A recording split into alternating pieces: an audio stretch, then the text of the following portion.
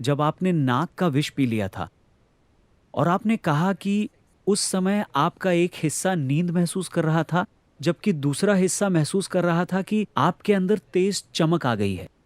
तो चरस या गांजे जैसे दूसरे कुदरती नशीले पदार्थों के इस्तेमाल के बारे में आपकी क्या राय है? क्योंकि इसके पर्याप्त सबूत मौजूद हैं कि गांजे के सेवन से कई मेडिकल फायदे हैं। मेडिकल फायदे बीमार लोगों के लिए हैं, है ना?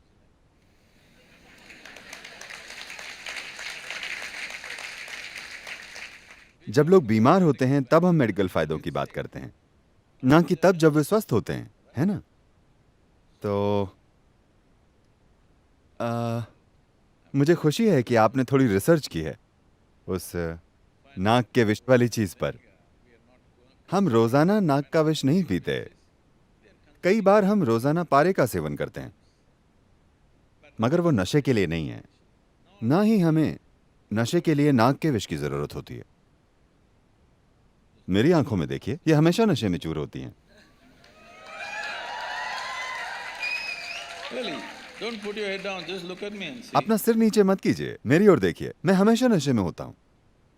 मैंने कभी कोई नशीला पदार्थ छुआ भी नहीं। मगर क्या ये सच है कि ये इंसानी सिस्टम दुनिया की सबसे जटिल केमिकल फैक्ट्री है? हेलो? तो अगर आप इसे अच्छी तरीके से मैनेज करना जानते हैं तो आप जो चाहे इससे पैदा कर सकते हैं। खैर, एक इजरायली वैज्ञानिक था, आपने उसके बारे में सुना होगा क्योंकि आपने इस पहलू पर काफी रिसर्च की है। वो गांजे और न्यूरोलॉजिकल प्रणाली पर उसके असर के बारे में रिसर्च कर रहा था। उसने अमेरिका में अपना शोध शुरू किया। उसके लिए उसे हर साल करीब 15 किलो गांजा मिल रहा था। करीब 12-13 साल तक उसे यह मिला। उसने कोई नतीजा नहीं निकाला। 1980s के दशक में जब अमेरिकी ड्रग एजेंसियां, वे एजेंसियां जो ड्रग की तस्करी और ऐसी चीजों के खिलाफ काम कर रही थीं, उन्होंने सप्लाई करने वालों को नहीं बल्कि बाजार को निशाना बनाने की सोची, तो पुलिस गली गली में कार्यवाही कर रही थी। उस समय पुलिस और एजेंसियों ने कहा, इस आदमी को हर साल 13 किलो गांजा मिल रहा है, हर साल। हमें इसकी तरफ से कोई पेपर भी नहीं मिला है, इसे बंद कीजिए। उन्होंने सप्लाई बंद कर दी। फिर वो इजराइल चला गया और दिखाया कि उसने अब तक क्या किया है, और वहां उसे उसकी मनचाही मात्रा में गांजा दिया गया। लगभग 4.5 सालों में उसने निष्कर्ष निकाला।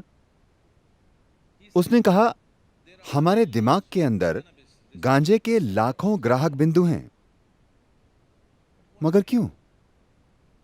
तो उसने ये सूचना अलग अलग वैज्ञानिक क्षेत्रों तक पहुंचाई, ये पता करने के लिए कि इंसानी दिमाग में लाखों गांजे के ग्राहक बिंदु क्यों हैं। स्वाभाविक रूप से मानव वैज्ञानिकों ने कहा, शायद किसी समय सारी मानव जाति धूम्रपान करती थी। मगर यह संभव नहीं है, क्योंकि दुनिया के कई हिस्सों में यह पैदा नहीं होता। मगर वहां भी दिमाग वैसा ही है। कई चीजें होने के बाद दुनिया भर में इस बारे में कई मजेदार चीजें हुई। फिर न्यूरोलॉजिस्ट ने बताया कि दिमाग आपसे शरीर के भीतर ही ऐसे केमिकल्स पैदा करने की उम्मीद करता है। वो आपसे धूम्रपान की उम्मीद नहीं करता।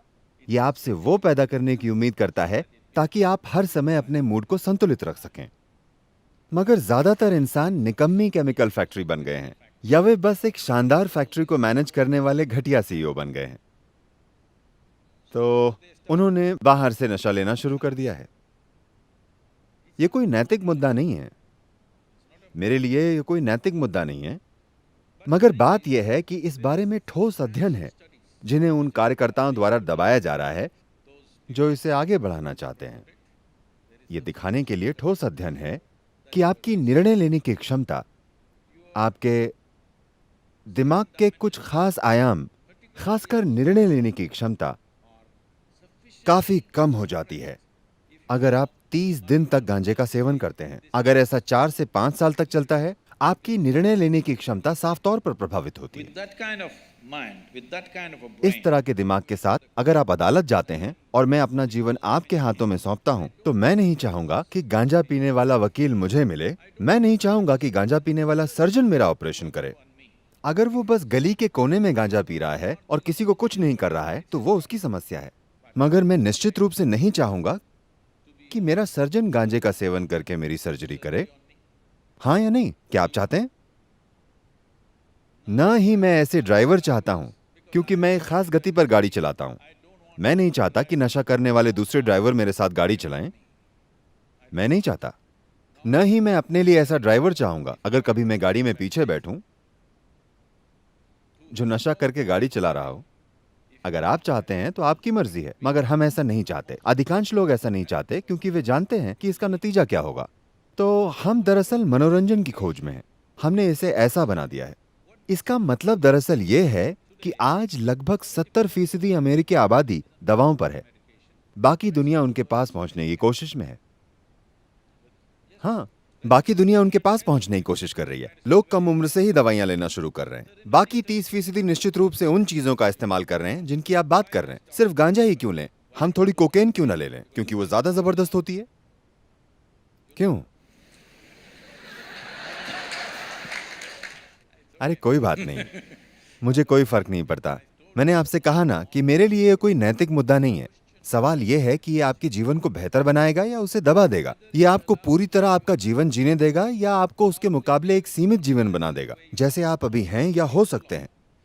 Nothing less than what you can do must happen in this life. आप जो isn't it? कर सकते हैं उससे कम कुछ भी इस जीवन में नहीं होना चाहिए, चाहे वजह कुछ भी हो, आपके नजरिए या तनाव या ड्रग या किसी भी वजह से।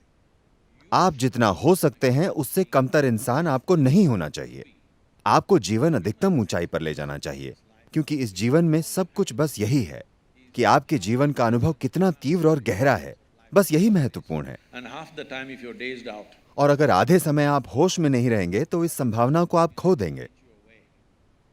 आप बस यहीं बैठकर नशे में चूर हो सकते हैं। no. Really? वाकई, सिर्फ मैं ऐसा नहीं हूं, मैं कई लोगों के साथ ऐसा करता हूं। हजारों लोग सिर्फ यहां बैठकर परमानंद में होते हैं। मैं रोज सुबह आपको लाखों लोग दिखा सकता हूं जो अपनी आंखें बंद करते हैं तो उनकी आंखों में परमानंद के आंसू बहते हैं। Dripping. क्योंकि एक